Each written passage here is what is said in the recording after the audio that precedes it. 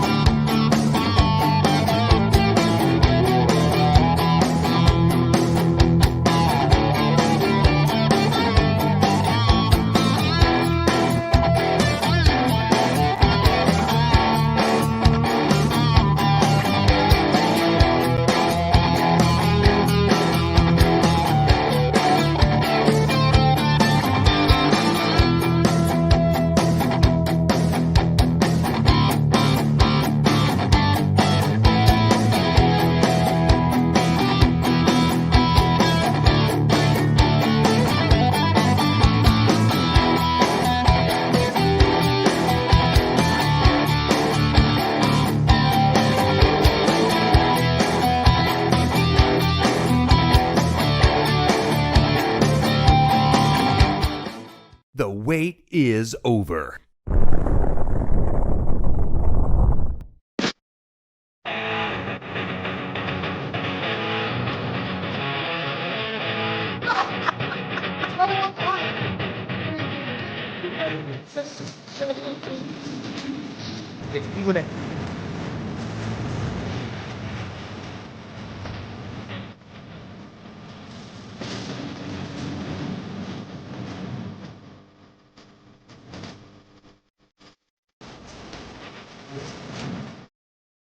Hello, everyone. We are live for episode 91 of the In or Out Sports Debate.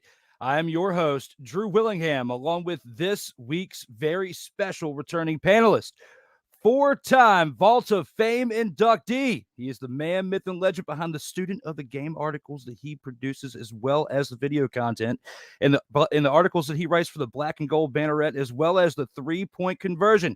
Give it up for the legend himself, Kyle Nash. Welcome back to the show here, brother. Honored to be here once again, and I've said it once, I'll say it again, as honored as I am to be Fitty. When you're doing the In and Out Sports Debate show, who actually wins debate? Is it Drew? Is it the guest? No, it's America for having the experience of Drew Willingham as he's back in the house doing the thing, man. Glad to be here. Thanks, brother. That's what we try to do here at this place right here. SIRTOBA Media, where the struggle is real to be awesome. Absolutely, where the struggle is real to be awesome. We are here for episode 91. And I was telling Kyle that, earlier before the show, that if I didn't put beard oil in the beard, I had a bad experience. The worst experience of my life, the one time I forgot to do it. And I vowed to not do it again. And I almost did it again. But made it happen. We are here. Sports debate action is here for the 91st time. And with that being said, we have to look back on some great moments as we look at the In or Out Sports Debate's Vault of Fame. Acknowledge me.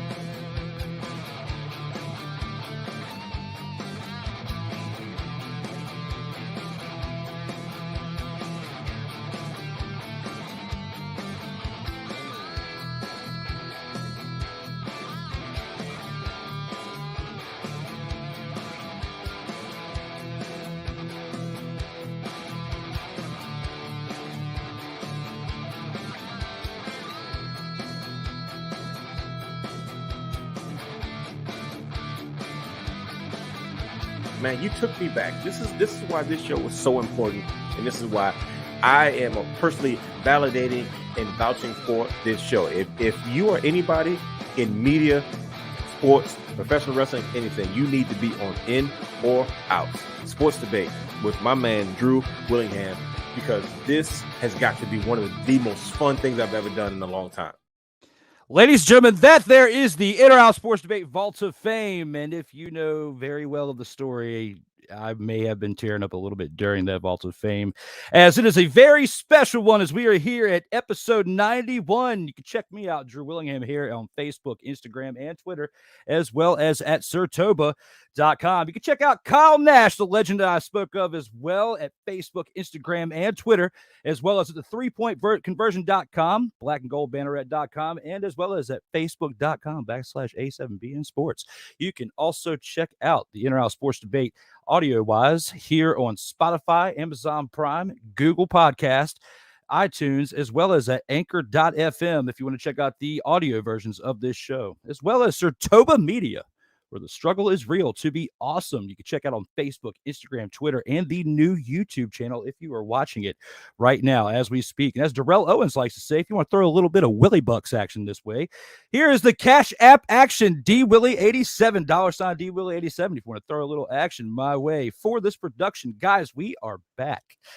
It feels so great to be back on this show. Thank you guys out there for tuning in. We have got some great rounds and action tonight, and we get to go off on LeBron James. I'm so excited for this return episode of the Inaugural Sports Debate. With that being said, Kyle, let's go ahead and get this mother, father, and thing started. Let's go into round one. Round one.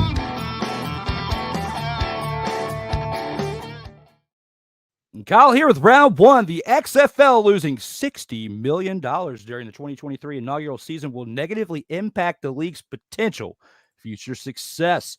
How do you feel about this one, my man? Are you in or are you out on this one? Listen, fat kid in dodgeball time. I am out.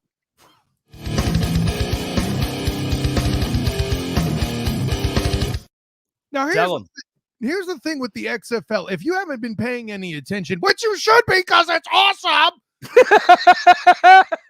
understand that Danny Garcia and The Rock have both publicly said they're trying to do this right. They're capitalized out 3 years already, and they're expecting to have lost revenue. The reason why it's $60 million is because this is a big nationwide deal. This is what happens with these sorts of things when you try to go big and they're not going home yet. Listen, the XFL is already confirmed for a second season, and you have major college players who may not have made it through the NFL draft or weren't drafted very high, or somebody who needs another opportunity getting picked up left and right. The number of 44 players were taken in their rookie draft for college players. And then how many? I lost count, but it's another set of decades, I shouldn't say decades, but tens of players that are getting picked up. The Orlando Renegades, for example, the Orlando Guardians, the team, for example, that I cover, had one win and had a representative from every skill position on offense. The only group that wasn't represented was the offensive line, which should tell you why they won only one game. But what I'm here to tell you is if you got that kind of pull from a team that struggled, what are you getting from the others? A much better product.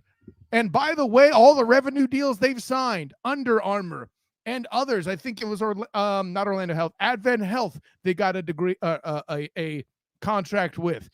All of these business deals are lined up to bring in more revenue. Now, Danny Garcia has even said we're expecting $100 million in the black next season. I'm ready to believe that. But let's not act like that this endeavor is dead by any means, by any way, shape, form, or fashion. And Drew, I think part of it is because people are focused on, well, the ticket sales are. Hey, dummy, we're not targeting that yet.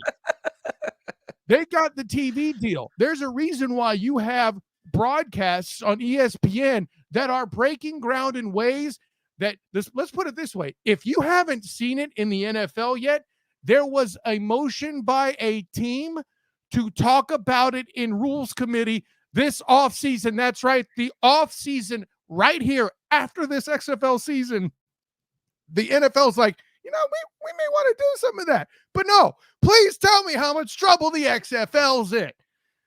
Anyways.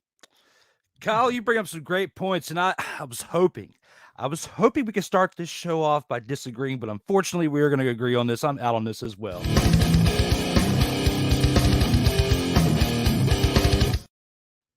Hey, Kyle brings up some really great points to the table.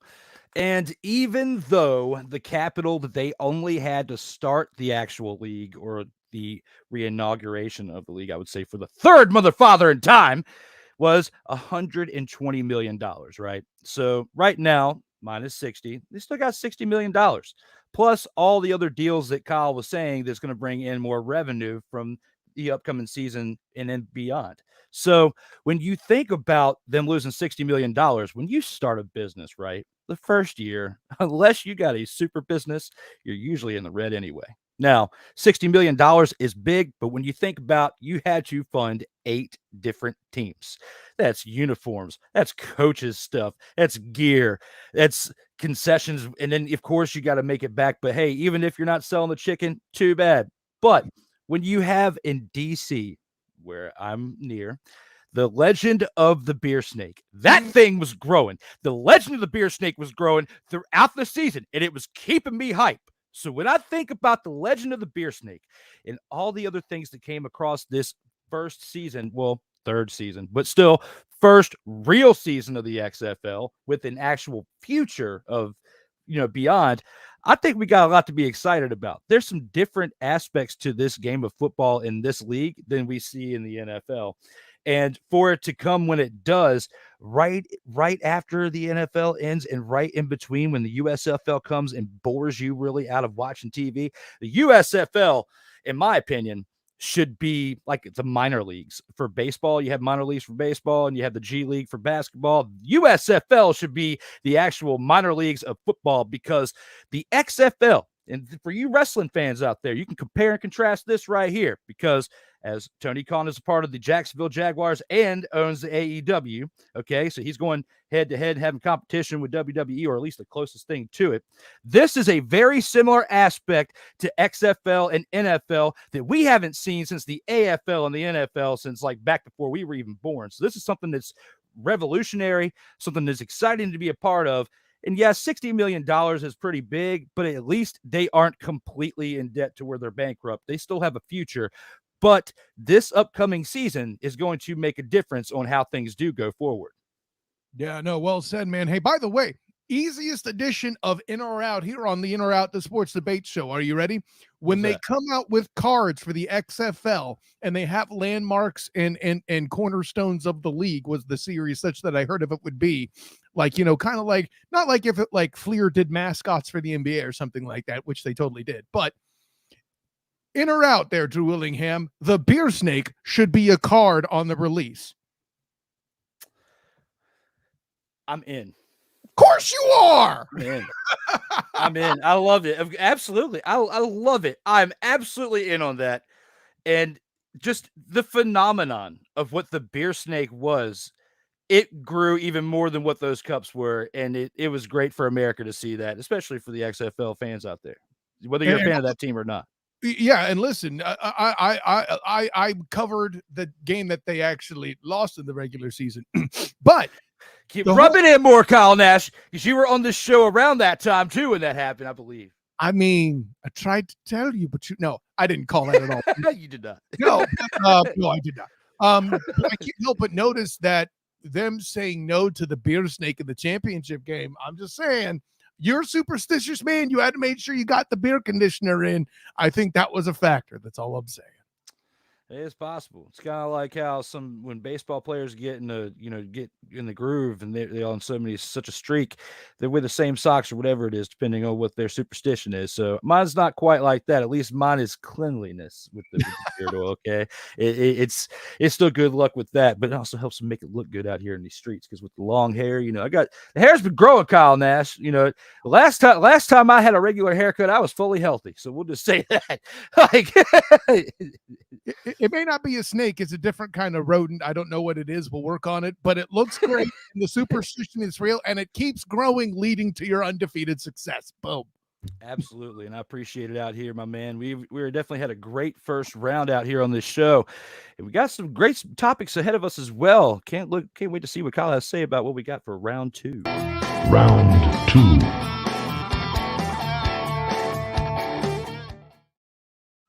Let's take it into some NBA action. The Miami Heat have peaked as a unit and their best opportunity to win an NBA championship with Jimmy Butler was this past season. How do you feel about this one, Kyle? Do you agree with this statement at hand? Are you in or are you out on this one? Well, in this particular case, I am going Clay Aiken status. I am out.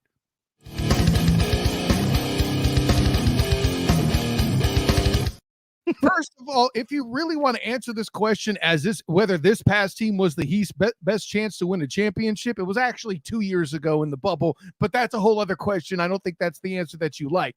What I'm going for is this. I get where people are trying to tell me that this team can't get any better, right? You know, I don't think we could get much higher. This isn't the Doors, though, however, there to Willingham. For those who don't know, that's music grandmas and granddads used to listen to. Anyway. Come on, baby, light my fire. But I'll say this, going through the playoffs such as they did, and I get it, they got some things to go their way. I sounded off about it on the Student of the Game podcast myself. Bing! Bam Adebayo showed out in ways in those finals that blew my mind. But let's go through it, right? I get it. They beat the Bucks, and they were without Giannis for a good portion of the time. They didn't have to play the Cavs and got the Knicks, who were lackluster in comparison. Probably still would have beat the Cavs, though, let's be real. They almost gave up a 3-0 lead to the Celtics and managed to hold on, a team which everybody and their brother had favored. I didn't until Game 7, where they decided to show up, or more, the Celtics didn't. The punchline is this, though. Seeing what I saw without Tyler Hero getting involved, having so many undrafted players, having this much of a base, with Eric Spoelstra as the most underrated coach of all time. But Kyle, everyone thinks he's great. They do now. Where have you been for the past 5 years when I've been standing it as in the NBA with my third distant language? But no one wants to talk about that. Bam Adebayo playing against the guy who everybody's now decided is the undisputed, though it's not true in my opinion, best player in the NBA in the world right now, in Nikola Jokic, which he's pretty mother, father, and good, Drew Willingham. I'm not arguing that. Absolutely. But I myself even said Bam Adebayo would be neutralized, and he was the best statistical player for the Miami Heat, and he plays the same position and 7 foot, and on and on and on. What I'm trying to say is this. If this lineup remains the same, this statement would be true. But you're also telling me about a world where Eric Spoelstra and Pat Riley are involved with running the Heat. It's not Heat Nation with the hashtag. I got corrected by my good friend EJ Christian, a friend of mine who does the Earnestly Speaking podcast, bing, with the big Heat homer that he is. It's Heat culture. That's the hashtag. And it's not just a bleeding nickname. That culture was the same thing that brought together one of the big three that were the Heatles. Maybe you forgot. To think that they won't get somebody like, I don't know, a Dame Lillard in the building or something like that to lift them higher, maybe after all, those could open the doors to another championship appearance. Because I don't think Embiid is going to stay healthy for another season after this. He's getting up there in age and frankly having to do too much, which, by the way, he got the MVP because he helped them get to where they did after the Ben Simmons situation. Let me be clear, it's a regular season award. And the Celtics, they're in a whole identity crisis situation, and they have coaching issues, if you ask anybody in Boston. Who else out east, other than the Heat and Milwaukee, they're going to be a problem, I'll tell you that up front. Who else is really a big contender that I'm supposed to be scared of out east? I don't believe in the Knicks quite yet. The Cavs are interesting, but they're too damn young. And then Jalen Young's trying to tell me the Hawks are going to do something. I don't believe that either. But this is not far-fetched that they can make it back to the ship. We could have a rematch next year against Denver. Who knows? Maybe they could have a series of game twos like they did, even though they needed Bam Adebayo's goaltend to win that one. But I'll say this team, such that it is, I'm not here to tell you they'll win the finals next year, but with Dame Lillard, they had just as good a chance as they did last year. I think the problem is trying to catch up to the standard that is Denver. Kyle Nash, it is time we have disagreed on something because I am. Kyle Nash, keep in mind that I do like to cover the Heat. I do like to watch the Heat. I've liked to watch the Heat for quite some time now. Okay. Now, I say this because you brought up a great point. When they were in the bubble, I believe if I was to be Tony Reale on Pardon the Interruption and to come there at the end and say that the mistake part was it was 3 years ago at this point, because 2020 was the bubble and that was when they got that far. But they lost to somebody who used to be on that team, and that was LaBust, who we'll get to here in a little bit. But back to now. So the Heat get to the finals, and it wasn't a pretty way they got to the finals either, because they were the 8th seed in this Eastern Conference and barely scraped in with a record of 44-38.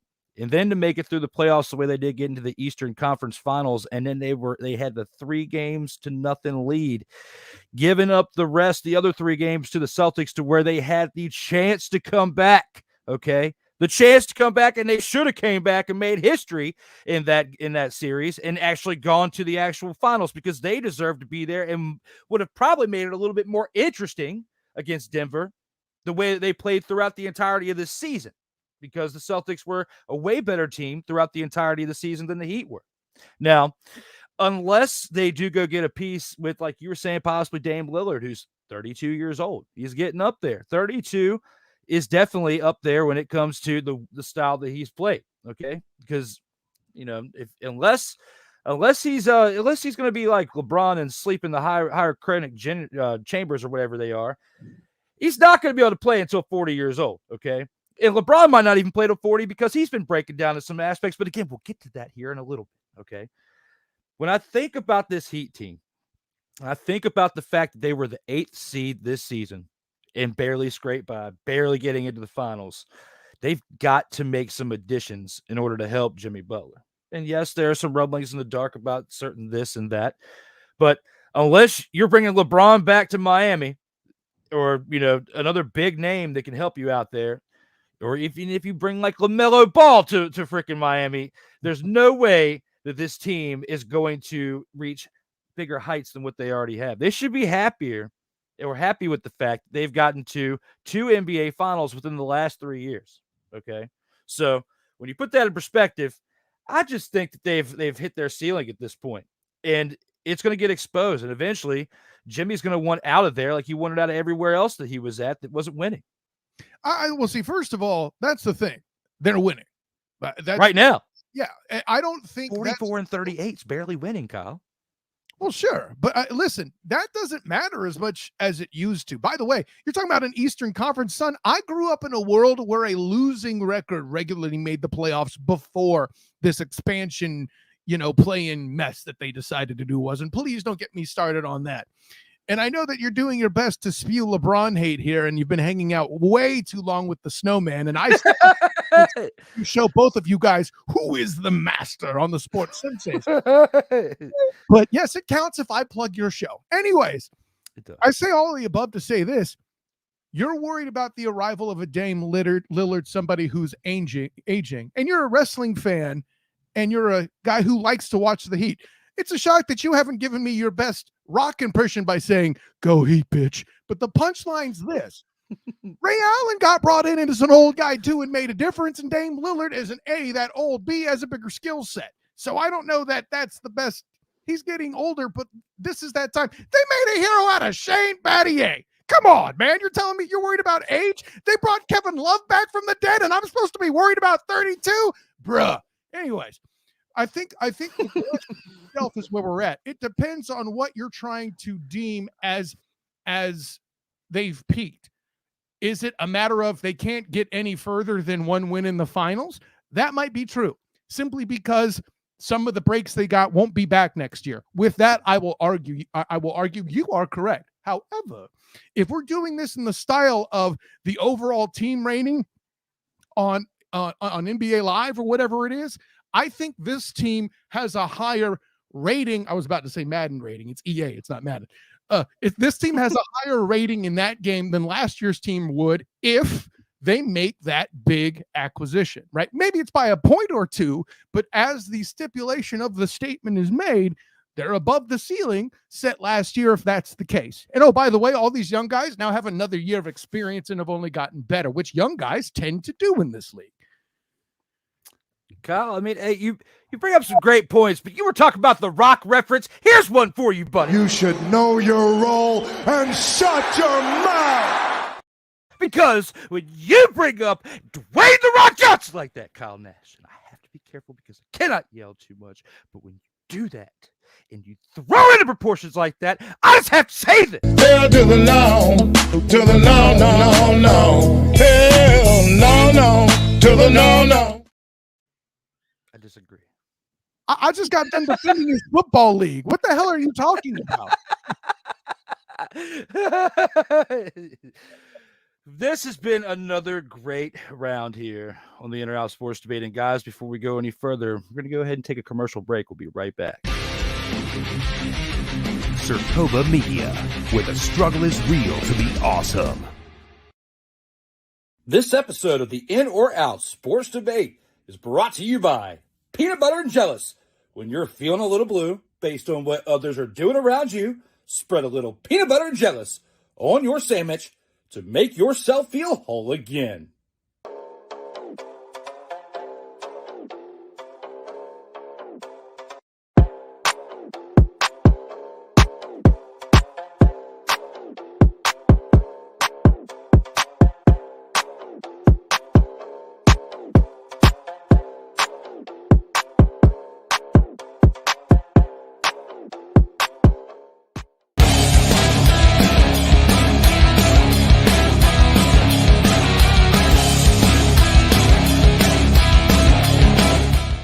And now a word from a non-accredited sponsor. Howdy, everybody. This here's Super Kick Samson here to tell you about my spicy fried chickens.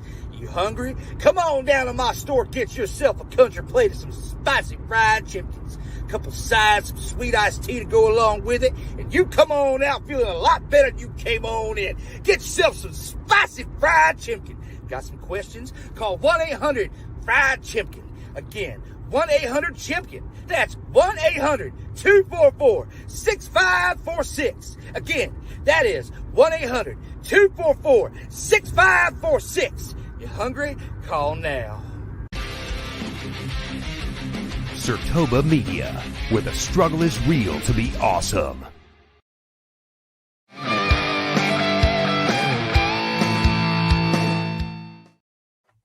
Ladies and gentlemen, we are back on episode 91 of the In or Out Sports Debate. And before we go any further, we have some breaking news.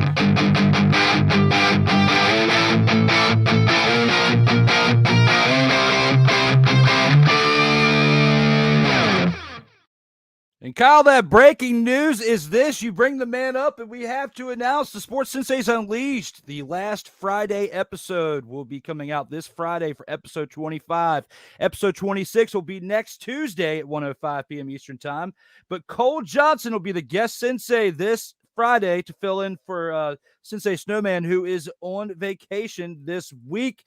I will also be hosting the Brian Snow Show that Friday as well at 2:05 p.m. Eastern Time. For those of you watching now, it will be pre-recorded because I will be at work at the time they will be playing. But it will be there. It will be 2 hours long, and there will be some shenanigans in there. So definitely make sure you check that out Friday, 2:05 p.m. Eastern. And last but not least, episode 92, next Tuesday, 7:05 p.m. Eastern Time. Ryan McCarthy from the No Credentials Required podcast will be coming on next week for episode 92 for the In or Out Sports Debate. We are back, though, with the legend, Kyle Nash. Gone through 2 rounds. Great action so far. We have another team that Kyle knows very well that he's seen quite a lot of here recently. And that is what we'll have for round 3. Round 3.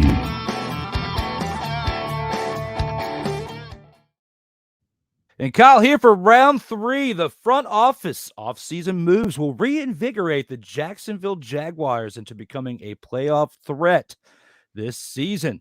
Kyle, how do you feel about this topic at hand? Do you agree with the statement? Are you in or are you going to be out again? I feel like such a negative Nancy. I hate to do this to you, but in the words of Mark Cuban, I'm out.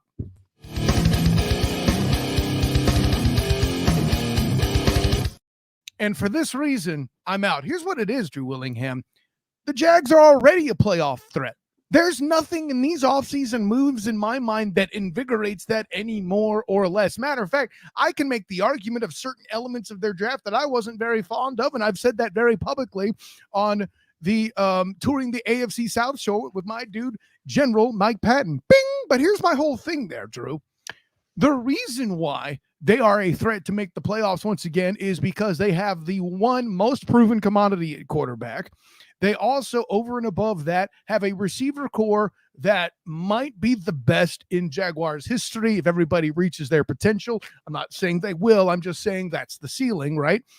It's a whole situation where I'm more wondering with their offseason moves why they haven't addressed the defense more. Not only did they lose Arden Key and other key players in the middle, and they moved off of Shaquille Griffin at corner. I got no problem with that. That was a good business decision. And even as a UCF guy who I enjoyed covering his brother when I started there in 2017, covering the Knights on a regular basis, not quite yet with the black and gold banneret as I do now, bing, but whatever. The punchline's this, Drew Willingham. The reason why the Jags are a playoff threat again is because somehow or another, this might be the easiest schedule I have ever seen a division winner come back to overall. I get it. The other teams in the division have all at least somewhat gotten a little bit better, except for maybe Tennessee, but there's a whole lot of red tape there that I need to talk to my dude Cortland Griffin and the aforementioned General Mike Patton before I really know what to think about the Titans and what they're going to do. But I believe the improvement is real. With the Texans upcoming, the draft they had was phenomenal.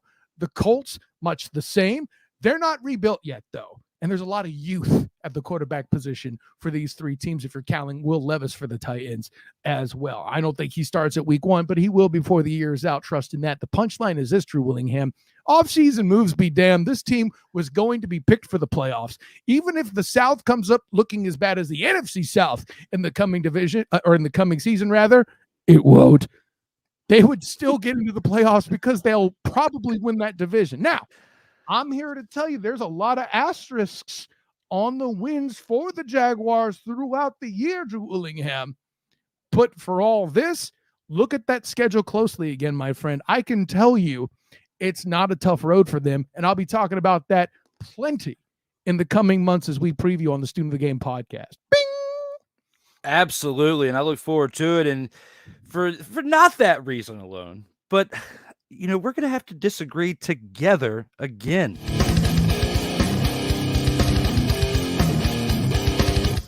All right, guys, when you really break down the Jacksonville Jaguars moves this offseason, let's start with the most recent, okay? So a lot of no names. Latavius Brenny, okay? Jacob Harris, Anton Harrison. These guys that you're picking up, Kyle Nash. So what experience do they really have, okay? And in the moves that you are making, like you've done a lot of signing, a lot of future contract signing, even in February. The biggest signing I would say that happened in April is when you brought in Josh Wells, who played for the Buccaneers before and has been known and has made moves throughout the NFL before. But other than that, it's like what you said. It's like there's not really huge moves when you think about the other teams around you that have made bigger moves, like the Texans and the other ones that are up and coming, because they got a lot of capital back when they had the Deshaun Watson trade, and they've been making moves with that in order to enhance that team. So the Texans definitely are up and coming.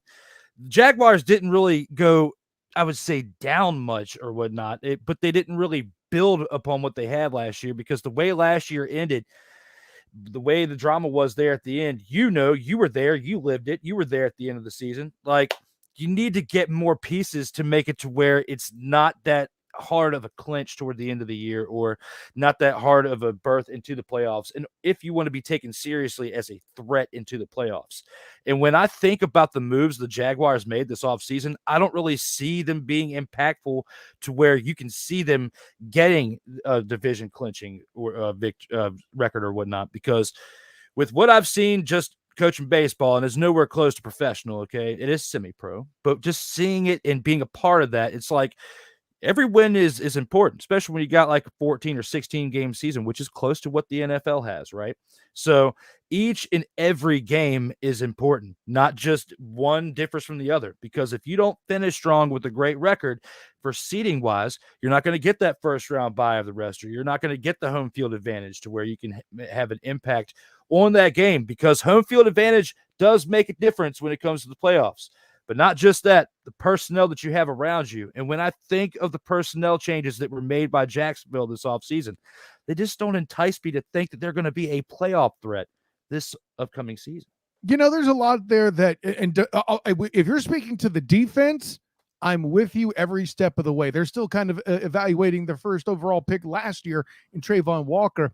And by the way, you're sailing Anton Harrison up the river before game one. That could be the next big staple of the offensive line. But my friend, as you were kind enough to correct me as stat boy Tony Reality on Pardon the Interruption back in his youth, well played, by the way, with the number of years, because I had forgot, it's 3 championships now, not 2, because this one's done, dummy.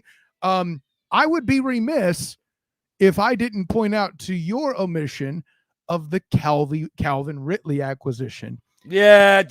But hey, that was last year. And what did he was out. Right. And now he's in. But he's been out for an entire year. It's not, you can't think he's going to make the same impact that he did before he was suspended. I'm telling you, he won't have to. See how is he going to keep his phone down and not make bets? Well, I mean, come on, man. His lessons learned. If he's back in half of what he's talking, his lessons learned. What I'm saying is this, though, with Calvin Ridley, if he's 75% of what he was in this receiver core, whose top 2, by the way, had numbers that rivaled Jimmy Smith and Keenan McCardle, guys you've probably heard of. Yeah, not just in Jacksonville history. Back with Mark Brunell, yeah. They surpassed them in production, statistically. Okay, that's the part that goes under the radar here. Now, most of it is from Doug Peterson pencil whipping people, but guess what? I'm sure Tom Coughlin did a little of that, though nobody wants to talk about. But I digress. The punchline's this: to get another piece in the building, the likes of Calvin Ridley, and another toy for one Sunshine Trevor Lawrence, who's another year removed from being mired in Urban's coaching, which, by the way, I believe is a piece that's really getting left out here, right? We are, a year and change removed from clown masks in the stands, and now we're talking about a football team that won a playoff game and darn near took advantage of Patrick LaVon Mahomes II being injured. Chad Henne came in and did his thing, man. There's a reason why they got to that Super Bowl, and none of that happens without Chad Henne taking care of business in that playoff game to take the Jags out. But their shortcoming again was their defense. The Chiefs took advantage of that. But I say all that to say this: Calvin Ridley may have been a last year acquisition, but he's going to render dividends this year. Does it count as an offseason move here? I guess not. That's fair. But that's why I'm out. It's not this year's offseason moves that are going to make this roster improved. Calvin Ridley's the biggest one, in my opinion. Well, Kyle, we got to acknowledge the comments from the fans here in a second, as we're at the midway point of the show. But before we do that, I got a message for Calvin. And that message is this, Calvin. What? I said this message is this, Calvin. What? You need to stay off that phone, man. What? I said stay off the phone. What? And if you come at me and say Hell to the no, to the no, no, no, no. Hell no, to the no. I'm going to look at you and say this. Damn! And then I'm going to follow that up by saying this. You can't handle the truth. Ladies and gentlemen, we are at that midway point of the show where it's time to acknowledge the comments from you, the fans. Let's go ahead and see what the fans have to say at this midway point of the show there.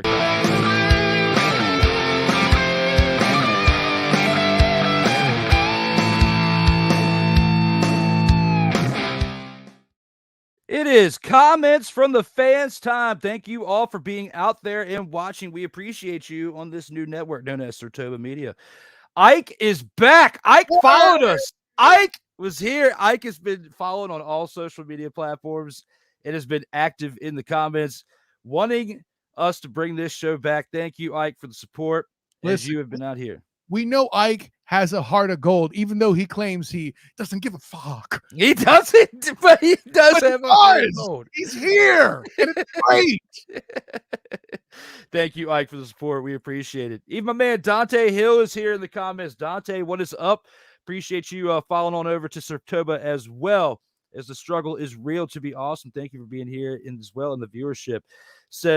Ike says to Dante, what's up? Fly, Eagles fly, bro. Well, I didn't know that you were an Eagles fan there, Ike. I didn't recall that, but now I do. So thank you very much for shouting out to Dante, and you guys have some banner out there in the chat. Dio's here, says, hey, fellas. He's here watching the show. Thank you for being out there in the comments, my man. And he also gives a shout out to It's All About the Willie Bucks. All about those Willie Bucks, and the Willie Bucks are right here. If you want to throw a little tippy at that cash.app/DWillie87 is what he's talking about, those Willie Bucks right there. Comments continue as we have another one. He says, have a great show, fellas. So far, so good. We are at the midway point, having fun with you guys out here in the comments. The XFL will be fine. They have an amazing product, and it will take time. Yeah, I definitely agree with that as well. And Kyle, that was one of those ones we agreed on. Like, it's not going to go under, but still $60 million is a pretty good hit. Listen, small potatoes in the world of being a legacy maker. Oh, yeah. There. Fly, Eagles, fly, says Dante in response to Ike out there. I like the XFL. Wish they would bring back a team to Richmond, or bring a team to Richmond, since we're getting a new stadium. But I do agree on it being in a minor league. Well, no. Well, I think you're like agreeing with the fact of the USFL like being a minor league, because hey, XFL for those wrestling fans out there, the comparison, like I said, you got WWE and AEW. Everybody else underneath is considered independents, right? Because they're the indies. So out here, when we have football, you got XFL, NFL. Of course, NFL is the higher tier, but it's kind of like the NFL and AFL back in the day, going back and forth before the merger. We don't want to see that happen because XFL is more modernized and it's fun to watch. USFL, take that as your minor leagues, kind of like NFL Europe back in the day. So who knows? Miami needs a consistent big-time score. They can make another run in the East, but they've got to do a little rearranging. Yes. That's definitely a huge factor right there. What do you think, Kyle? Yeah, no, I mean, that captures a good essence of what I was trying to express in and of itself too. And like I said, Bam Adebayo and Jimmy Butler are great. They need something else. Like I'm saying, like a Dame Lillard. Like, is Dame a superstar? I could ask that question, but a star level guy that can make his own shot and create his own shot, like a Tyler Hero can when he's healthy, would be a good thing. Yeah, and we'll see what they do with this offseason. I mean, the next couple months are going to be pretty impactful to all teams involved in the NBA, like what moves they can pull off, because I feel like the Suns aren't, with their move of getting Chris Paul out, and making the moves of what they did to bring in Bradley Beal to Phoenix. It's going to be a big move for Phoenix, but I don't think Chris Paul's done as far as him staying put in Washington. I think they're going to move him somewhere else, or he's going to get bought out and actually have an opportunity to go play where he wants to play, because I don't see him wanting to play in Washington. I think he ends up back in Phoenix with a lower price tag at the end of the day. You think so? I do. That would be pretty interesting to see that. It's something that we have seen before, but it's not often. So there were whispers surrounding it too, and like Isaiah Thomas is kind of a shadow, silent partner GM type, has said don't rule that out. So I'm not saying it's going to happen. I feel like that's what's going to happen. I'll put it that way. Absolutely. Hey, that'd be a huge thing to see that, and to actually be able to announce that when that happens. I think that'd make a lot of people happy. It'll make Chris Paul happy. He's already made money. He's already made his money. He just wants to get that championship, and going back to Phoenix probably would be the best way for him to not only get a championship, but to get some legitimate playing time here and there to help lead the secondary. So who knows? Ryan McCarthy says, Drew is hyped about the show and hyped about this being back. He will be here next week, as we announced earlier on in the show. And I'll go ahead and bring that graphic back up. Episode 92 next Tuesday. Ryan McCarthy from No Credentials Required will be here next week. So you guys can check that out. Next, we have him saying, listen along while we mows the lawn. Well, that's awesome. Appreciate you listening in on the show while you're doing that. Appreciate that, man. Wilfredo Otero, El Wise El Jefe in the house on Facebook watching. You can check him out on his Real Wise podcast. as well as his other shows that he has as well throughout the BS3 network, the stuff he does with Snowman, Cole, the Mentality show that he does with Cole Johnson. They do a lot of great things together, and we've collaborated, done some great things in the past. Looking forward to getting up with him in the near future as well. Ike says, heat sucks, guys. Ike, now you're out here with these trolling comments, and I've got to tell you this, like looking at your comment, I gotta say, Stay off the weed. because you need to do this. You should know your role and shut your mouth. Now, Ike, you seem like the type of person sometimes that if you got pulled over at a traffic stop, you'd probably be dumb enough to do this. You're tripping about the whole situation. Let me get my husband on the line.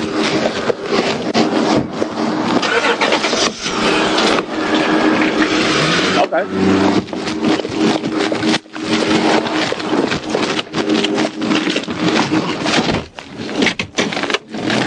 Big 21, big 25 with. Big 25. I got one.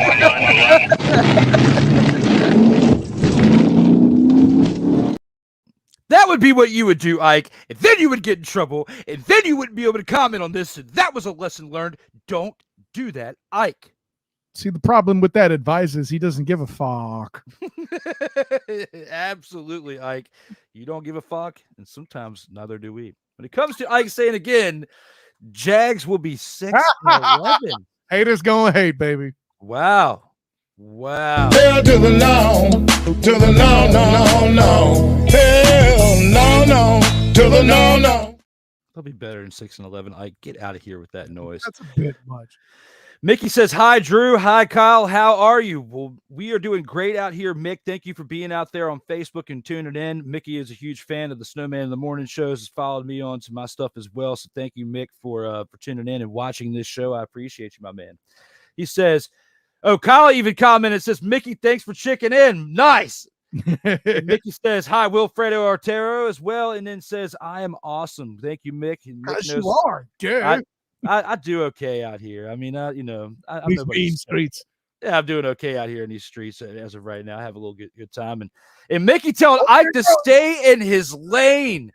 Mick, I donned him as the comment cop back before In or Out Sports Debate had to take a little bit of a break. And he was the comment cop out there telling Ike before to stay in your lane. That's some great memories to have right there as he tells Ike to do. You should know your role and shut your mouth. Drew, this is a first on this show. I was not aware the comment section had live footage of the comment cop chasing a perpetrator.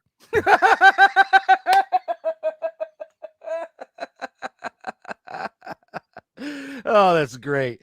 That's definitely great. Even the Wonder Bread choir's laughing.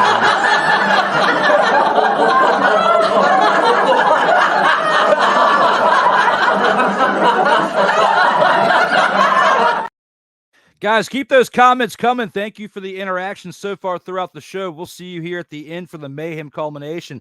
But with that being said, we got to take things into round 4 for the By the Numbers segment. Be looking forward to talking about this one with Kyle Nash as well. Round 4. Here for round 4 for the By the Numbers segment, Ryan Kerrigan is the greatest athlete to ever wear the number 91 in all of sports history. How do you feel about this one, Kyle? Do you disagree with this statement? Or are you in? Are you in or out there, my man? Buddy, like this is what it would look like if I tried to shoot a 3-pointer back when I played basketball. It would be bouncing out.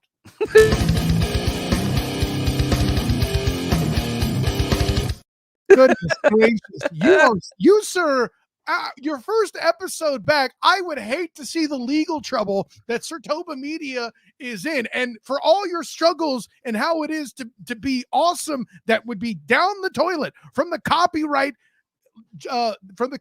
lawsuit that you would get hit with from Fox. Why do I say Fox? Great question, Drew Willingham. After all, I just said your company was in legal trouble. The reason for that is because they own the rights to The Simpsons. And the only reason you would say that 91, Ryan Kerrigan owns number 91 is if you are an extreme homer. Ryan Kerrigan is a Commanders Ryan Kerrigan is a great player, but the Minister of Defense might have to go to war with you over that one. That's right, I said it. This guy was a big deal when he was playing for your rival Eagles, and this is a guy who helped get one of the most mistake-prone quarterbacks in NFL history in the overrated Brett Favre to a Super Bowl. Him, Gilbert Brown, the Hall of Fame Leroy Butler, and I would never say this to his face, but the reason Brett Favre got Super Bowls was that defense, and Reggie White was a big part of that. Kyle Nash throwing out there Reggie White, and I like it. I like it a lot. It's definitely a great one to throw out there. I disagree with not only this statement, but I also disagree with you. I'm out on both.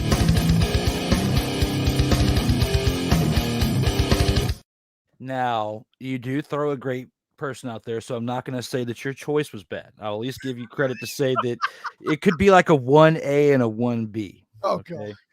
Because when I think about the number 91 and someone who wore it, who did great things, did he wear the number 91 for his entire career? No. But he did wear it during some impactful moments. He is a 5-time NBA champion, part of the Bulls, part of some other great teams as well. Really? That is a man who had different hairstyles, different hair colors on a nightly basis.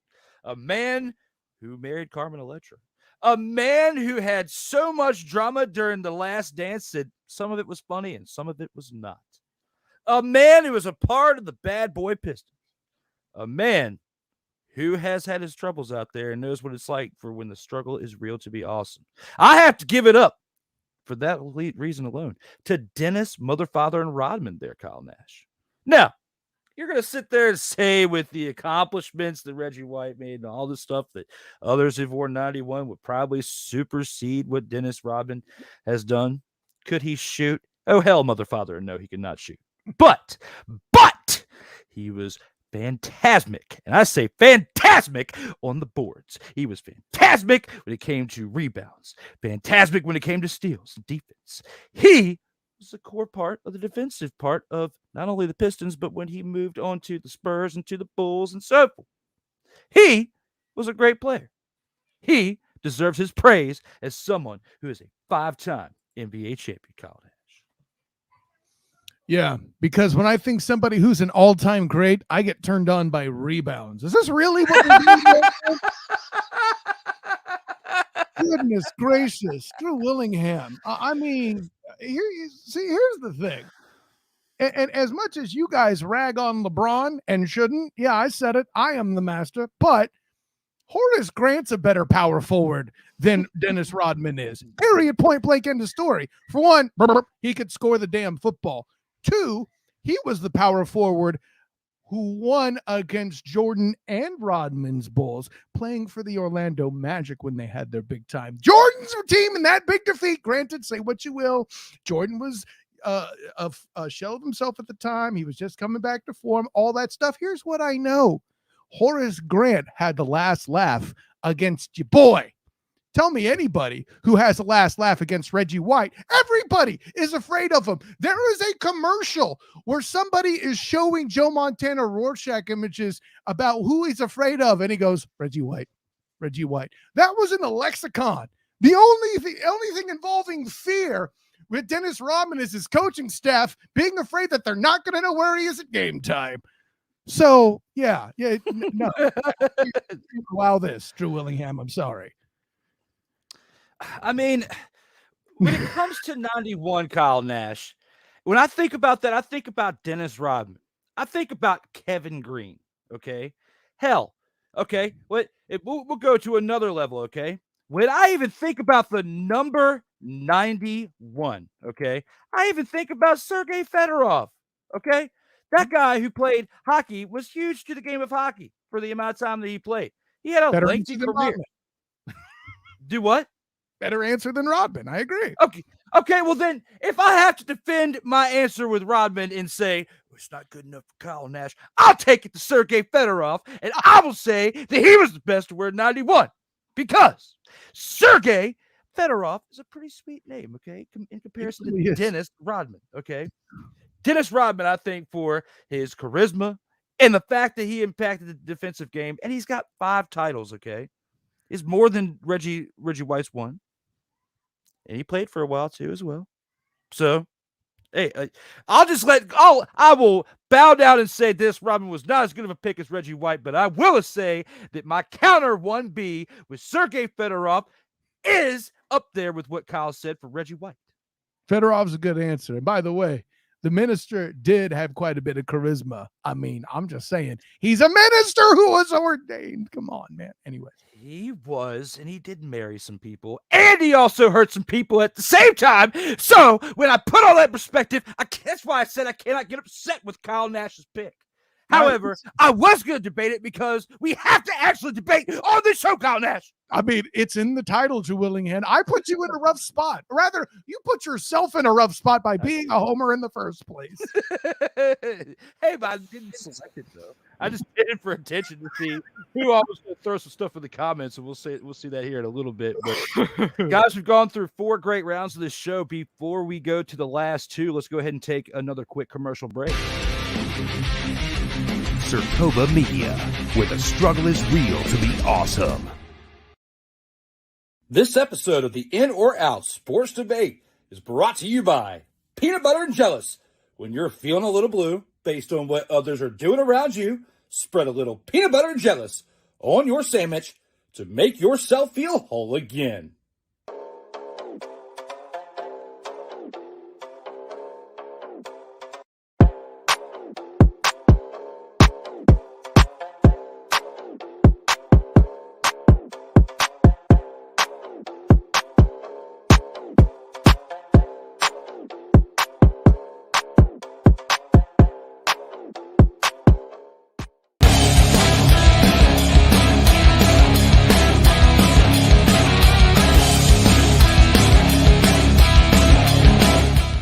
And now a word from a non-accredited sponsor. Howdy, everybody. This here's Super Kick Samson here to tell you about my spicy fried chickens. You hungry? Come on down to my store, get yourself a country plate of some spicy fried chickens. A couple sides, some sweet iced tea to go along with it, and you come on out feeling a lot better than you came on in. Get yourself some spicy fried chicken. Got some questions? Call 1-800-FRIED-CHIMPKIN. Again, 1-800-CHIMPKIN. That's 1-800-244-6546. Again, that is 1-800-244-6546. You hungry? Call now. SIRTOBA Media, where the struggle is real to be awesome.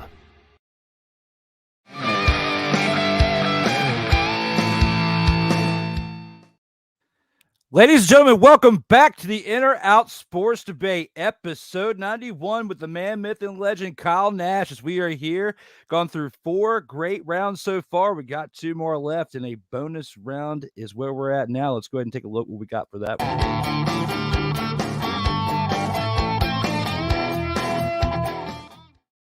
I've been waiting all episode for this one. Been waiting all mother, father, and episode for this. Bronny won't play with LeBron in the NBA. Kyle Nash, how do you feel about this one at hand? Are you in or are you out? Guess what, my friend? Call me swimwear. I am in there. Now, keep in mind, I'm not subscribing to it for the same reasons that the Braun haters in would think. It has nothing to do with longevity, although Braun has put himself supreme in major American sport in such fashion. He's already a better GM than Jordan ever will be. But my punchline's this. The reason I don't think it's going to happen is less about Braun and more about Brawny. I'll put it this way. If I'm coming into the league and I want to make a name for myself, the conversation I might have with my dad is probably one of 2 things. A, I don't want your shadow on me.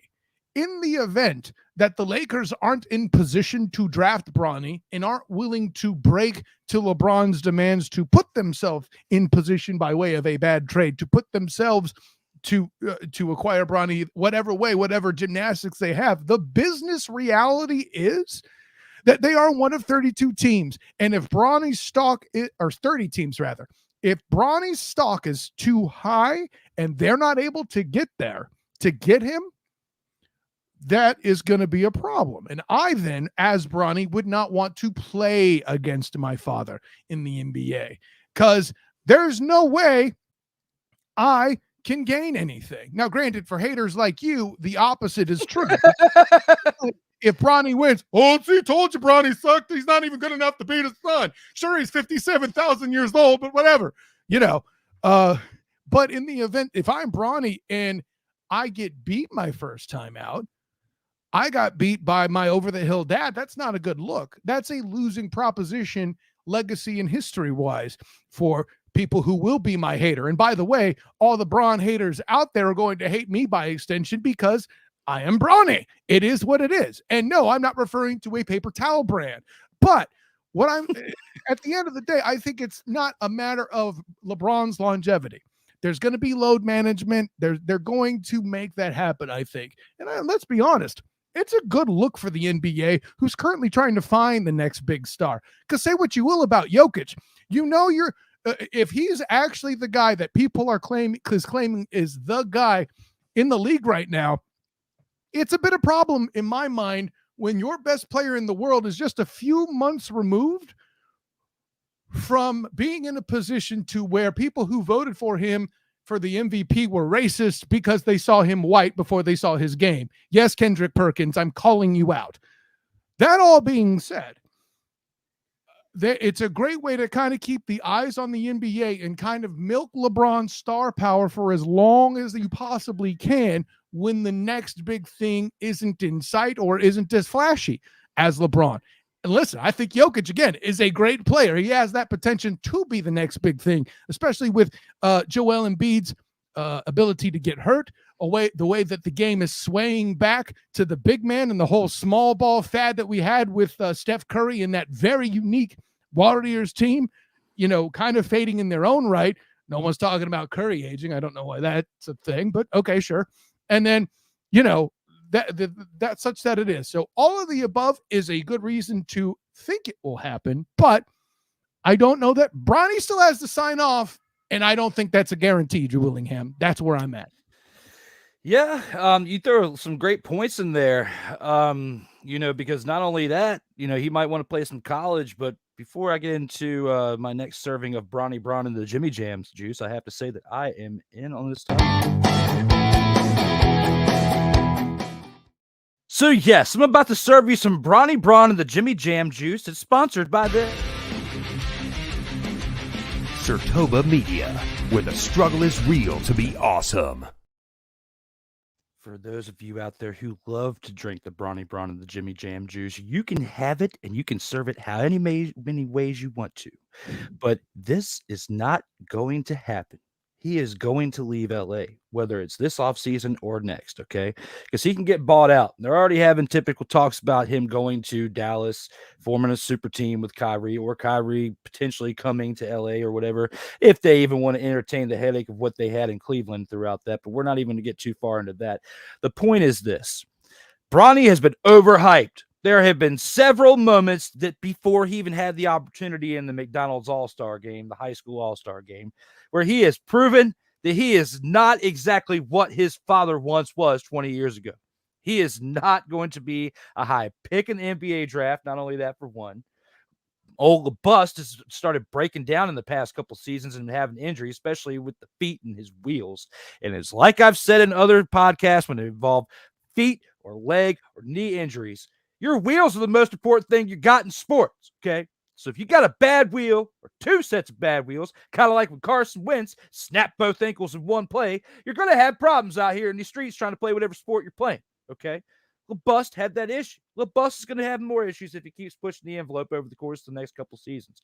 Because if Bronny was smart, he would play more than 1 year in the college level because he needs to develop his game more before he even tries to go to the NBA. We've seen it in the past. Players that were hyped up and leaving after 1 year and going to the NBA, showing that they should have stayed in college for another year or so because they weren't quite ready for the experience of the NBA. Now, nowadays, the game is more pussified than it ever was, okay? Because you can thank LeBust for that one because it's not as physical as it once was 20 years ago. The game has changed so much, and don't you even try to blame it on Kobe there, Kyle Nash. It was all a bust of why the game has been more pussified. And you want to say that LeBron and Bronny are going to come together and form a unit, some super magical team. Not you, Kyle Nash. There's people out there in the interwebs, people that don't know what they're talking about. Let me change what I'm saying real quick so Kyle Nash doesn't think I'm coming after him. No, I'm saying that people out there talking about, oh, the two of us are going to get together. They're going to form some little super team. They're going to be great father-son connection, better than Griffey ever was. No, it's not. It's not going to happen, Kyle Nash. It's not going to happen. And this is what I've been waiting all episode 4. This is what I've been pacing myself all episode 4 to go off on you little trolls, you little gremlins out there on the dark web, on the free web, on the paid web, on whatever web you're paying for, track phone web, boost web. Well, I don't know what you're paying for, but you are paying a way and paving a way for a mythical legend that'll never be. Now, if they happen to get within the same franchise and Bronny plays in the G League, he might have a chance. That's as much of a chance as LiAngelo Ball has from getting called up from the G League Hornets on up to playing with his brother LaMelo, and Lonzo getting healed up enough to possibly get traded over there, which his injuries look like they'll be potentially career-ending, okay? So when you think about everything in perspective, and you think about how it's been for that family trying to get more than one or just two of the siblings together on a team, and you're trying to do it with a father-son combination, this is not 1990. Stop trying to treat this like the Griffey situation. That was a very special situation that we may never see truly happen again. You know, see, here's the problem, Drew Willingham. We had an agreement. I'm having a moment like Dr. King Schultz at the end of Django dealing with Calvin Candy. We had an agreement, and then you had to do this. And now I have to, against better judgment, proverbially put out my little Derringer and take you down here. We had an agreement, and on that part, we were fine. But then you had to go with this LeBust propaganda. First of all, for somebody to be a bust, they cannot have lasted in the NBA for 2 decades. Don't even start there. Next, the thing that made the game wussified, as you're putting it, which it totally is. I hate chucking from the cheap seats basketball. Let me be clear. But the thing that the player most responsible for that, Drew Willingham, isn't Kobe Bryant. It's his ever-famous teammate, Shaquille O'Neal, for ruining hear me out, for ruining the blueprint of what people thought a big man should be. Think about it, Drew. The 90s NBA, you and I both know and love, would never have asked Nikola Jokic, Joel Embiid to play their game such as they're playing it right now.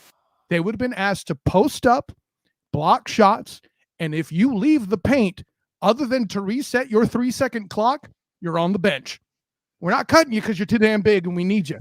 But we would not allow you to grow and blossom, which the Steph Curry era brought about.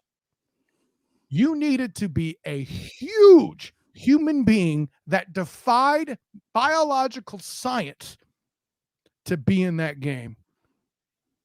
Shaquille O'Neal disrupted the evolution of the big man by coming in and being entirely physical and no touch. Who were the other great big men of the era? Patrick Ewing, Hakeem Olajuwon, guys known for being versatile. And those all went away because the big man just became nothing but a giant doorstop in the middle. And the way you combat those guys that are too big to move out, you get dudes that could shoot. But Joel Embiid, Nikola Jokic, and, well, what Karl Anthony Towns is trying to be but isn't, Anthony Davis, are all corrections that took that lesson that said big guys need to shoot. And that started with Dirk Nowitzki. Yeah, I mean, I see somewhat of what you're saying, but the flops that LeBron has done over the course of his career, he has sold more penalties and more fouls from an opposing player than anybody else, more than what Shaq was causing as far as fouls. What about Vlade Divac, Drew Willingham, the guy who was flopping more than anybody, and it was still fresh in the 90s. The whole reason for competition with the Sacramento Kings was drawing fouls against Shaquille O'Neal. The only way you could battle Shaquille O'Neal was Hack-a-Shaq, and Vlade Divac was flopping more than a hose out in the middle of the yard. And he was doing it long before LeBron was cool. Hell, he's from Europe. He enjoyed soccer. That's probably the correlation there. I'll put it that way. But don't you put that evil on him, Ricky Bobby.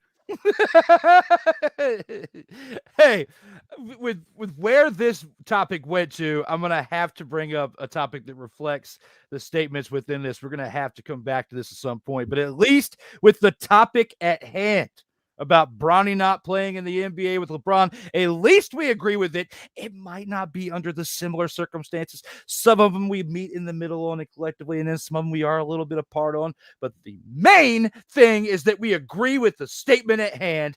We agree with this bonus round. Guys, let us know in the comments how you feel about this topic that we have had right here for the bonus round.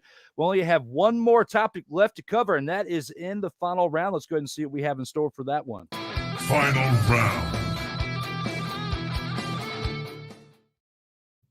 Kyle here for the final round, a team that you know very, very well. Saved it to be last on purpose, and that one is the 2023 NFL season for Kyle Shanahan, and the 49ers will not end with a Super Bowl victory. How do you feel about this one, Kyle Nash? Do you agree with the statement at hand? Are you in or are you out on this one? The difference between me and the the 49ers in the Super Bowl is I will be in.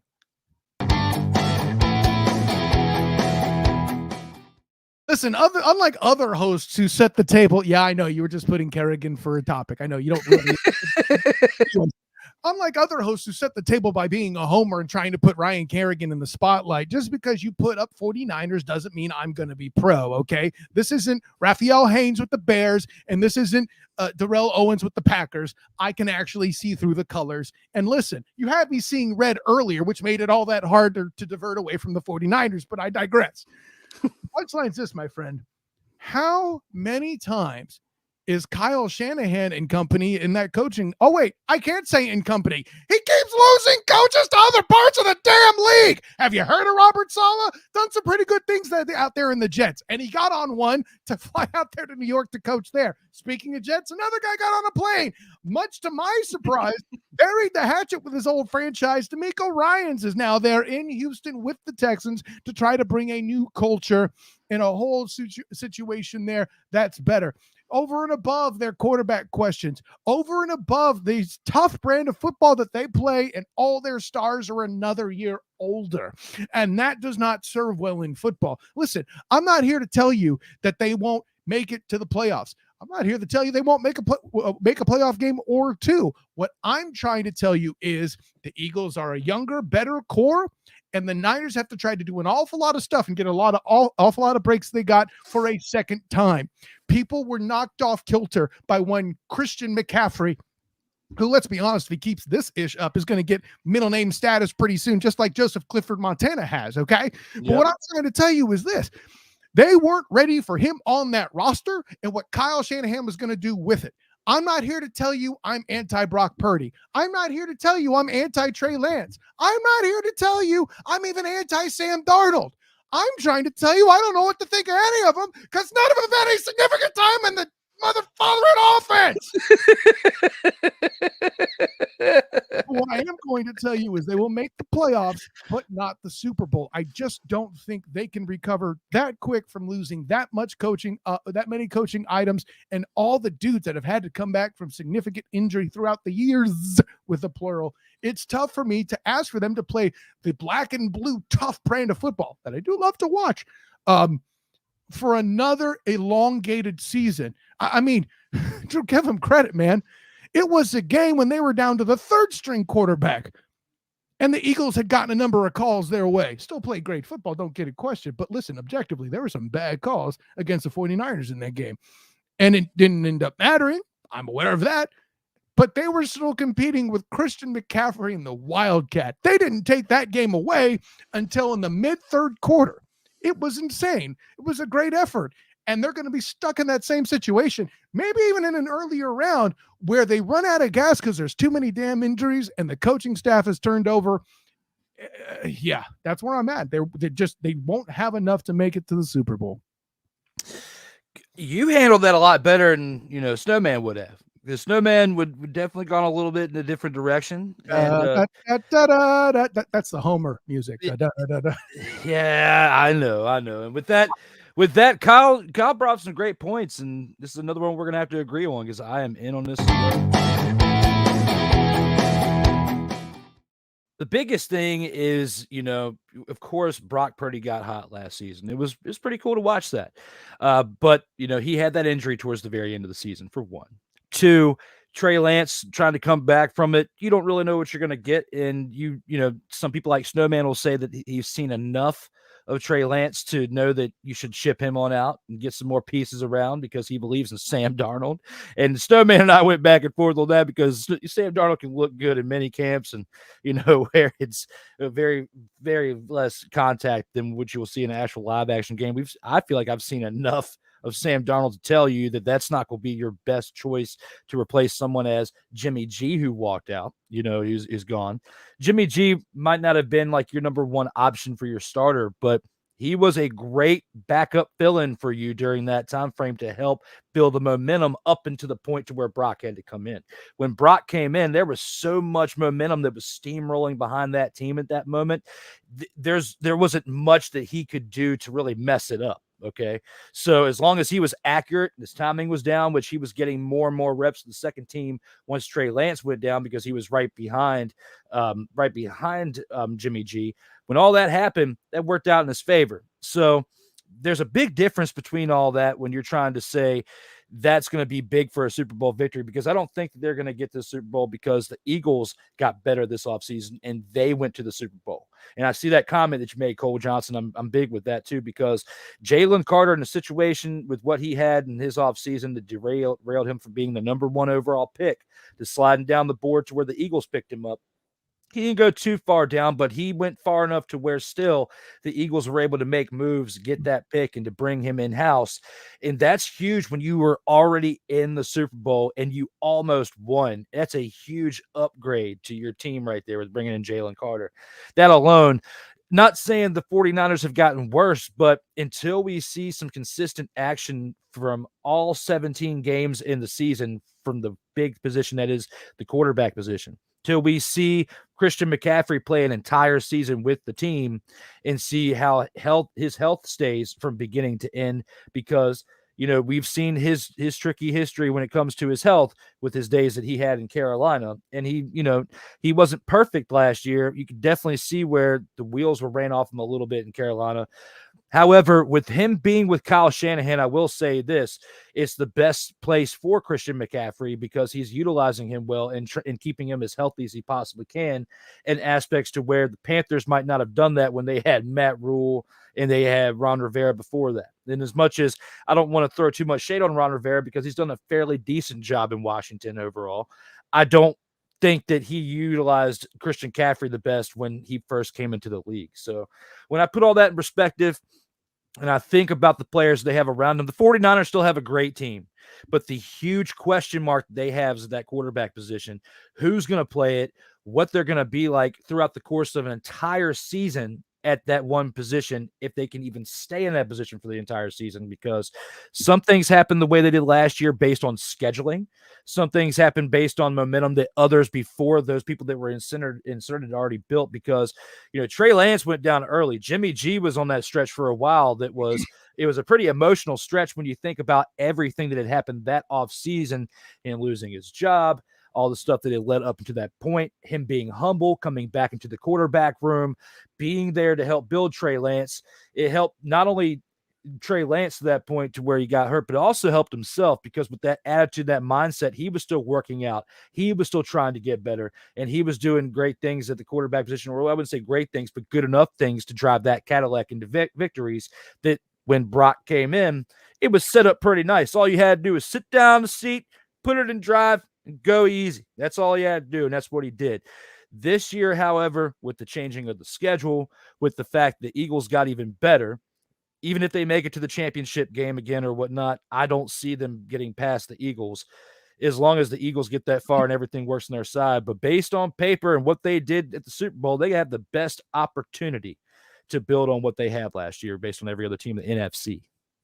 No, a lot of strong takes there. Here's where I'm confused. I guess, wait, were the Red Tails playoff relevant or not? Oh, I can't remember either. You didn't do that bad a job. Come on, Drew Willingham. Stop being a homer. Throw the dude under the bus because that dude was riding the coattails of one Cam Newton in Carolina too. Let me be clear on that. I like the guy. I'm not a fan of the coach, but the punchline is this. And you mentioned the Panthers too. I think in Darnold's case, if he had that staff that they have now, then he would not have been as bad. And you'll remember Sam Darnold did show flashes of success with the Jets. A lot of his numbers are watered down because he had to miss time because he had mono, but he did have a stretch of success early with a better roster. And then it all started to go to Hades with all the coaching things. And listen, I have no experience with a guy who dealt with 6 straight coaching changes and was deemed a complete and total bust before ending up taking a team to the conference championship, smithing his way to victory, if you will. But hey, no one wants to talk about Alex right now. And then it turns out that wouldn't even be the most ridiculous recovery he would make in his career after that whole leg thing. Am I right? Anyways, but listen, all of the above to say this. A lot of the stuff that you lay that down there is perfect. And I think the biggest problem with the quarterback situation is that we don't know anything. But we didn't last year. So really kind of par for the course. That's why I as a 49er fan, I'm like, at least there's no Jimmy G drama for another year, Well, at least not in that part of the Bay. Yeah. But it's like when you put all that and you think about all that, it's like, would you rather have the Jimmy G drama knowing what you had or this huge question mark of what you have now since everybody else has been banged up and you don't know what you're going to get, especially with the addition of Sam Darnold? But at least you might develop somebody, True. They are still fairly young enough. Even Sam Darnold's still young. He's younger than Jimmy G and still has potential. But when I think about everything the guy's already been through between the Jets and the Panthers and all that stuff, and I just don't see that much hope for Sam Darnold. I think you're still just jaded by Carson Wentz. You wouldn't have put Heineke back, or you wouldn't have taken Heineke back out. I know that. No, because had Heineke started that game, would they have won or not? I don't know, but I feel like they had a better chance because you killed all that momentum when you put Mr. Snaps 2 ankles in one play Wentz up in that game. And yet you want to stand for Ron Rivera. You do, you homie. I'm saying. That was pressured more from the front office, I believe, than Ron Rivera. I don't think that was all Ron Rivera. Okay, well, and you might be right. At least that gives me some insight on why you're protecting the river. And that owner is he's still technically on paper the owner because the sale hasn't fully gone through yet. But he's pretty much out, But at the same time, when you think about, even though old Danny S wasn't up in the front office, he was still pulling some strings behind closed doors from his yacht, okay, and text messages or whatever. He still had control of the team. And apparently he was doing those texts with one hand, if you believe some of the Chargers. Anyway. Oh, ouch. Yep. I'm just glad that era is coming to an end and we get a chance to see some real ownership and hopefully some positive changes. And I'm hoping they change the name again. They don't have to go back to what it was, even though I don't want it to be Red Tails, but I want it to be something better than the Commanders. I want it to be better than something that I'd just say commies. Like, come on, like there's so many different options. I would have rather appreciated Washington football team so I could say hashtag WTF for when I see them lose, because that's literally what was happening when they were the Washington team of football. That's what I called them, hashtag WTF. So, guys, it's been one great show, one great return for episode 91. And we're almost on out of here, but we got a couple more things left to cover. And first of all, that is Kyle's induction again into this. Acknowledge me.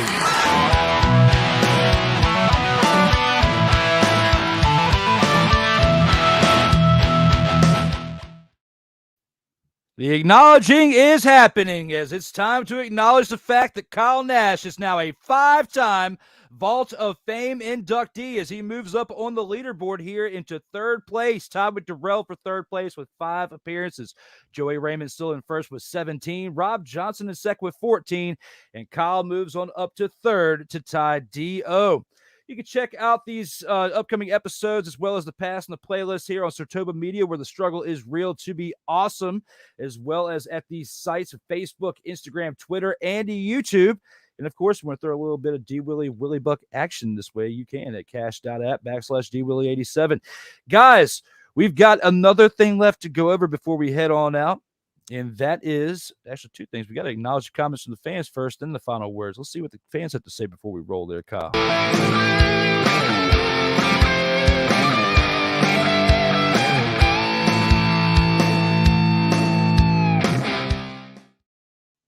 And the comments from the fans, you are back. Thank you for staying with us and commenting throughout this show. It looks like the first comment we had going into the next part was, oh, wow. Okay. Did we get him going, buddy? Kerrigan is not the best. He is the worst to wear 91. Wow. I wouldn't say that, Ike. That was a bit hard. Damn! I wouldn't say he was the worst to wear 91. What do you think there, Kyle? No, that's listen, Ike's being Ike, and I'm okay with it. I mean, if he's gonna say that, he can have fun. I don't give a mother father. He doesn't give a fuck. Thanks, Ike, for bringing your trolling back to the show. Reggie White wore 92. No, there was a number change here. He did not wear 92. I thought he did wear 92 with whatchamacallit. With I was saying there was a number change. I think it was, I forget who, if it was Green Bay or Philly. He wore 92 with, but he didn't wear the same number throughout. That part's accurate. Yeah, he wore 92 when he played with Kyle Nash. I pulled up Reggie White, and he did do a number change that you so you're both correct, okay? Oh yeah. Reggie White wore 91 in Philly. And right. He did a he did a number change to 92. And then when he went from Philly to Green Bay, he continued to wear 92. So, right. Yeah, you're right with the number change. And that's nice for your future guest to try to talk trash on me. But no, I'm joking, Ryan. Hey, Ryan. He's right. It was a number change. That is accurate. I kind of wonder what I would go with it. But let's be honest, still a better answer than Dennis Rodman. But still, I'm surprised you didn't go with Sergey, knowing that Reggie White wore 92 for the majority of his career. That's kind of like saying that Michael Jordan's the best to wear 45 when he wore the number for 4 games. That's not the same at all, but I see. Listen, I'm a Jordan GOAT guy too, so don't think it's like that. But no, I don't know. This is a conversation we've had on this show. Is it the whole career? What are we talking about here? But let's put it this way. He got famous wearing 91 and then changed it to 92. Let's be clear about that. Now, since we're talking historical parts, do you know why he changed it from 91 to 92? That I don't. Yeah, I don't either. I would just figure that'd just be an interesting story to collaborate. Guys, if you know the answer, let us know here in the comments as we keep going through these comments. Ryan, drop it in here, man. What's up? The greatest to wear number 91 was Sergei Fedorov, 3-time Stanley Cup champion, and dated Anna Kournikova. Oh, so yet another way he scored. Anyways. Hey, yeah, there you go. Hey. That was good there, Ryan. Way to come back with that one. Good work. Hey, and like I said, Fedorov's a great answer. To act like I didn't consider it is a lie. Absolutely. Cole Sports is in the house, and we got some great comments from Cole Sports here throughout the upcoming comments. But first, Ike doesn't give a fuck, says Bronny is trash. Ike, we didn't quite go that far, but we almost did at the same time. So thank you for taking it that far out here in the comments for the Bronny Brun and the Jimmy Jam Juice. Cole says, I'm out. LeBron will find a way to play with Bronny. If it means he has to lock himself in a hyperbolic chamber to preserve himself, he'll do it. All to say, I played with my son. First of all, it's hyperbaric. The only hyperbolic chamber is how much Drew and Snowman hate LeBron. But no, and again, like that part I agree with. He's willing to will it to happen. That's not a bad take, Cole, but still at the end of the day, it's in Bronny's hands, and I don't know that that's a lock. Absolutely. I mean, we'll have to see if he decides to play one more year or after, his first year in college, or if he decides to make the jump. I think that Bryce could make the jump, and if LeBron decides to stick around long enough to play with Bryce is the one who's got the talent, and starting next year, kids coming out of high school can start going back into the NBA draft, which hasn't been done since around the time that LeBron was drafted. So I think it was either the 2004 or 2005 class, a year or two after LeBron was drafted, they changed the rule. So it'll be interesting to see that happen if Bryce continues to elevate his game within the high school rankings. If he will actually jump for the NBA coming out of high school, it'll be interesting to see that. When it comes to the next comment that we have, Cole says, Bron loves the press. He does love the press there, Cole. He uses it as a weapon, too. It's great. He does. We need to have an interpreter on the lower right-hand corner to translate what the world Kendrick Perkins is saying. Bless you, Cole. Bless you. Thank you. That was great. God's work, Drew Willingham. Man, Drew, you compete with Kevin Owens on the Rageometer. Yes. And you must have watched last night's episode there, Cole, because that was great on Monday Night Raw, where Kevin Owens was trying to, it was like an episode of anger management, and just like there towards the end, he just flipped out. And especially when they got to have the 6-man tag match, it was great to see that. Yes, Kevin Owens is an inspiration to those like myself out here in these streets. Cole then says, I love those 1990s big man rules, Kyle. Destroy the paint and don't even touch anything outside of the paint. But you got to reset the 3-second clock. You're right, Cole. Announcing, and the winner for the 20th consecutive year for Best Actor goes to Yo Kang. Talking about LeBron. Let's bring up with this text on the screen. Let's bring this up. And announcing the winner for the 20th consecutive year, the Best Actor goes to Yo King. That's legit funny. Thank you there, Cole, for that. That was great. I had to throw that up there with the graphic. I need for the 49ers to relatively healthy. He needs to be relatively healthy all year long. Yes. He's on that we have. Yeah. Which, I mean, that's been something that's been a struggle to see for the past couple of years. I mean, Jimmy G was one of the bigger impacts at the quarterback position. They just needed to get someone they can keep to stand upright, because the rest of the team was firing on all cylinders for the majority of that season run this past season. It's just once we got towards playoffs, things started trickling down a little bit because you mean the part, well, you say the majority of the team, Drew, what I have to tell you, in a game, they lost to the mother-fathering fraud cons of Atlanta at one point because they were literally missing 9 starters on defense.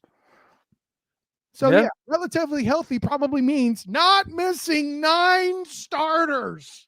Yeah, but it wasn't like that throughout the entirety of the year, though. But no, I mean, no, it wasn't. But like that's the low point to what they got is losing to the Falcons. Yeah, and it's like some of those injuries where some of those guys sat out, you could tell where they were sitting out to keep them from re-injuring it worse to where they could come back the following week. It was like a week off type of injuries, like they do with the disabled list in baseball. And it was some of them, but not all of them. But you guys did get impacted relatively hard, but it could be worse. Snowman would be out with this question. Talking about with the 49ers, talking about the Super Bowl. Okay. With Snowman, when Snowman comes back a week from today, when we have the Sports Senseis, when he comes back from his vacation, I'm going to find a way to where it's not an in or out question to bring this topic up to where we can discuss this on Sports Senseis. And I'll even bring in a clip from Kyle Nash and I talking about from this show to get him even hyped up about it as well. And when he says he's out, I'll say, don't, because he's such a Besides, the Eagles got better in the offseason. That's what I was talking about earlier, Cole. So we were definitely on the right page when it came to talking about that final round topic. The Washington Commanders going from the number 7 seed to out of the playoffs in 3 hours. Yeah, it was huge because we could have seen history this past season where all 4 teams from the NFC East made the playoffs. I feel like it's going to happen at some point for a division where all 4 teams make the playoffs because of the way the wild card's set up. I just don't know if it's going to be the NFC East. I feel like their best opportunity to be the first ones to do it was this past season. And with that move that happened with bringing Carson Wentz back in and benching Heineke, just mess with the momentum flow, because even if Heineke would have gone in there and struggled a little bit, I feel like the momentum uprise the team would have helped elevate him enough to where they would have had success on that part of the equation of the game, where their offense would have been a little bit better. But who knows, man? Like, it's woulda, coulda, shoulda at this point.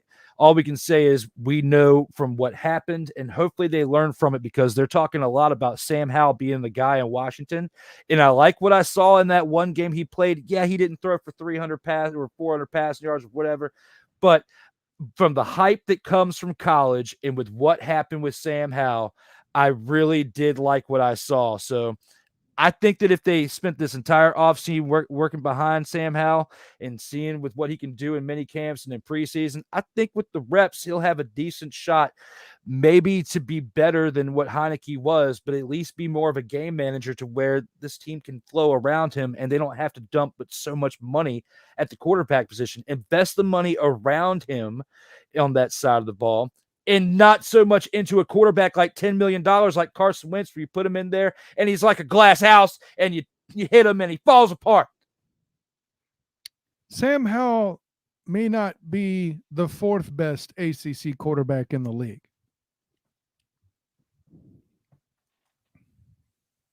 He's thinking the prince that is promised, which I don't call him that, but that's become his nickname, right? In Jacksonville, right? And Trevor Lawrence. Kenny Pickett would have taken the Steelers to the playoffs if Mike Tomlin didn't make the single biggest mistake of his career and start Trubisky over him. Even I could see the difference in person in preseason when they played against the Jaguars between the 2 quarterbacks, and he just went with the old guy. Then North Carolina State man, and somebody who was involved in a transfer with Wisconsin and all that, Russell Carrington Wilson is still a better choice at this juncture. So please take your Sam Howell, my friend. I am not buying. Well, Russell Carrington Wilson also had gotten the Super Bowl before on a team that was, it was built pretty well around him. So 100%. If you put Sam Howell on that Legion of Boom team from 10 years ago, if they had that team in Washington on that court and you put Sam Howell at the quarterback, of course he could probably get a Super Bowl too. Sure, but Russell Carrington Wilson is still better and was an MVP in 2017, where he was basically 85% of the production. But no one wants to talk about that. With Russell Carrington Wilson's production this past season, you think that he is better than Sam Howell? That he and the Denver Broncos as a team and a unit are better than Sam Howell and the Washington Commies? I absolutely do. Because by the same logic that you throw down, anybody can be that good a quarterback with Eric Bieniemy as your offensive coordinator. And he had Nathaniel Hackett, who called plays as the head coach. I didn't even speak the words of Eric Bieniemy this entire show, Kyle Nash. What's your show right now? Coach. That's like you telling me Tim Bianca-Pachuca and me saying Tim Bianca-Pachuca on sounding. Damn. So let me be clear. He outdid himself by saying it twice in the same sense. You're just showing off now, Drew Willingham. I'm here for it. Oh, this has been one great show. We got one more comment here, and it's from Ryan McCarthy. Reggie White wore 91 because it was taken when he debuted with the Eagles in 1986. The previous player to wear it before White was Smiley Creswell. All right. Thank you, Ryan, for coming through with that information. Thanks, Ryan. Yeah, that's awesome. Yeah, you definitely came through in the clutch with that information. Guys, thank you for being engaged throughout the show and giving us some great comments to look back on throughout this episode. We've definitely had fun with you guys and with the topics that we've had out here in this episode. Got one more thing to go through before we get on out of here, and that is the final word.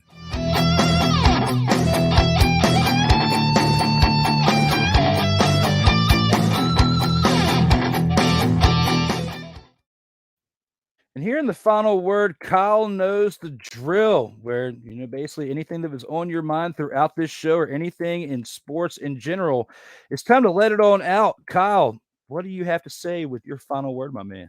You kind of set the table nicely with the question about the Heat, such that it was. Bam Adebayo showed me that he is a driving force that could be one of a big three with the Miami Heat. The way he statistically performed in the final speaks for itself. The way people talk trash on his performance throughout the series against the Celtics. And sure, he had one game that didn't go particularly well in Game 6. I get it. Don't act like he's the reason why everybody else fell apart and let a 3-game comeback happen. And Game 7 did a wonderful job, by the way, to make sure the Celtics went home in pain. But here's the part where I lay with the big men, such that it is changing the conversation and small ball being a thing of the relative past. And I know the Warriors are probably going to try to run it back to make it again, to make chucking it from the cheap seats a thing. By the way, when the Rockets tried to mimic shooting it from the cheap seats with James Harden, which is relatively a cheap knockoff to a lot of the players on that Warriors squad, they didn't do so hot. My punchline's this, though. Nikola Jokic, Joel Embiid were the two guys fighting for the MVP. Going into these NBA playoffs, Drew Willingham, who would most people have said was the best NBA player in the world? It would have been Giannis, okay? Now people are saying it's Jokic because of recency bias. Here's the thing. That back injury in the first round that I hoped the Miami Heat propel themselves past the Bucks. But Kyle, Giannis still played in that series. That's true. What I'm trying to tell you is the Bucks would have won the series and people would be bitching at the Bucks for how long it took them to knock the Heat off if you weren't hurt. What I'm trying to say is this. The only way Nikola Jokic in this season is the undisputed best player in the NBA is if he had actually knocked off the Milwaukee Bucks and Giannis in what would have been, in my opinion, a true showing of the two best teams on paper in the NBA. I'm sorry, I got no disrespect for the Sixers, but I just can't take James Harden that seriously anymore. And the Celtics, mostly because of their coach, no offense to Joe Mazzulla, but you're not Spo. I'm sorry. You're not Mike Malone. I'm sorry. At the end of the day, I think that would have been the best matchup going on there with the Bucks and the Nuggets. And there's a reason Nikola Jokic is not the undisputed best player in the world in the NBA. It's because Giannis still exists and might have something to say about it, Drew Willingham. I think you covered that very well, and it's going to be interesting to see how next season goes, to see if they touch base on what you just said, to see if there's any way they can improve their clout out here in the NBA streets. I'm going to go in a little bit different of a direction with a different sport, and I want to talk a little bit more NFL football. Kyle Nash brought up this team and this coach and stuff earlier, and I was very quiet about this team. Kind of quiet about this episode, and on purpose. I didn't want to get too animated with this show for the return for a variety of reasons that those of you who've been paying attention definitely know why. But it would not be an episode of the In or Out Sports Debate if I don't get animated just a little bit. What? I said animated just a little bit. What? In a controlling manner of getting animated just a little bit. What? When it comes to the Washington Commies. The Commies, this sale has been lingering on for way too long. It's been saying it could go through this month. It can go through next month. We are months away from the initial sale of this Josh Harris and Magic Johnson group taking this team. The next date that we have is potentially July 20th. Dan Snyder and company, sell the damn team already. Get rid of this. Get rid of this entire franchise from yourself and get your claws away from it. You've done more damage for this team and for the fans like myself who are grandfathered in with the ink on the arm to sit here and tell you that we've been through enough. Been through enough of this name change, horse swoggle stuff. It's been ridiculous. I've been out here, and at some point I'm getting closer to the age to being able to say this. Come after me! I'm a man! I'm 40! Dan Snyder, you're way older than that, and you don't even take constructive criticism or even handle the media well enough for me to even come after you and say this stuff to you. Plus, you're probably hiding on some yacht somewhere, wouldn't even give me 2 minutes of the day to tell you to just sell this team and get it over with. We need a fresh start out here in D.C. We need a fresh start with this team, the ownership, bring new life into this team. Even if they got to make some moves and the coaching changes after this one season as the owner, the first season as the owner, they can do that.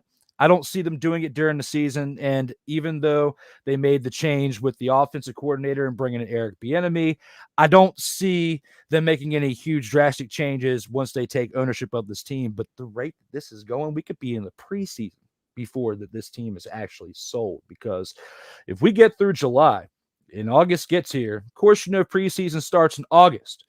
July 20th is too close to preseason for us to be sitting up here saying that this sale is not done yet.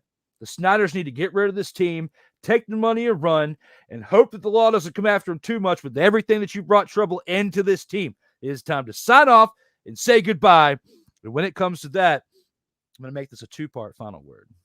The other part of this final word is I want to thank all of you out there who've paid attention to the journey of what's been going on with me in my life over the course of the past now couple months, and the changes that have been accustomed based on like the health situation that I was in. There's been a lot of changes within the past year or two in my lifestyle and changing careers and losing a parent, all sorts of stuff that when you're not fully taking care of yourself in the best of aspects, whether it's diet wise or rest wise, which was one thing I was constantly cranking energy drinks and sodas and stuff to stay up late at night and get transitions done for a show that was for the next day, or doing stuff to help people out and helping build a network that I was a part of, and all sorts of different things that I was trying to do to help out, that eventually it came in and I hit a brick wall. So this is the return episode of this show. There's going to be very many more under a very good pace.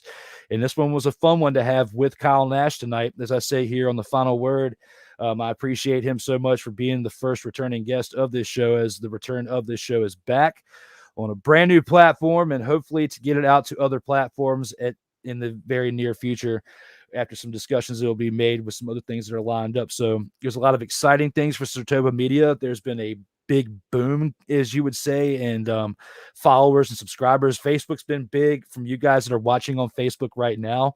We went from like 15 followers a few weeks ago to now we're over 500, almost 600 followers, over 500 likes there. YouTube had like 8 subscribers. We're up to like 67, and that was just within the past couple of weeks. It's been a lot of work that I've had to put in myself, had some help from others, but most importantly, I've had some help from you guys out there who are the viewers who are watching this content. I do it for you guys and to entertain you guys, and that's why I get amped up on these shows and show the personality and do things out here, because it is you guys that bring the best out of me when you say the stuff in the comments, and especially some of you that get me to read off the messages that you get me to read off during Sports Sensays Unleashed. I'm going to try to keep getting you guys to come on back to watch this show, because just like I bring the best out in other people, you guys bring the best out of me. So without you, I am not the inaugural sports debate creator out here in these streets. So thank you again for the time that you have given me. Kyle Nash here. And before we get on out of here, I want to show you again, you can find Kyle right here at these plugs right here at Facebook, Instagram, and Twitter, and on these websites listed down here below if you want to check him out and give him a follow as well. Again, you can check out the In or Out Sports Debate on these audio platforms listed here as well as SIRTOBA Media at Facebook, Instagram, Twitter, and at YouTube, and myself at Facebook, Instagram, and Twitter. Guys, we've only got one last thing to look at on our way out the door, and that is one badass outro. For the student of the game, Kyle Nash, I am Drew Willingham. Everybody stay safe out there in these streets.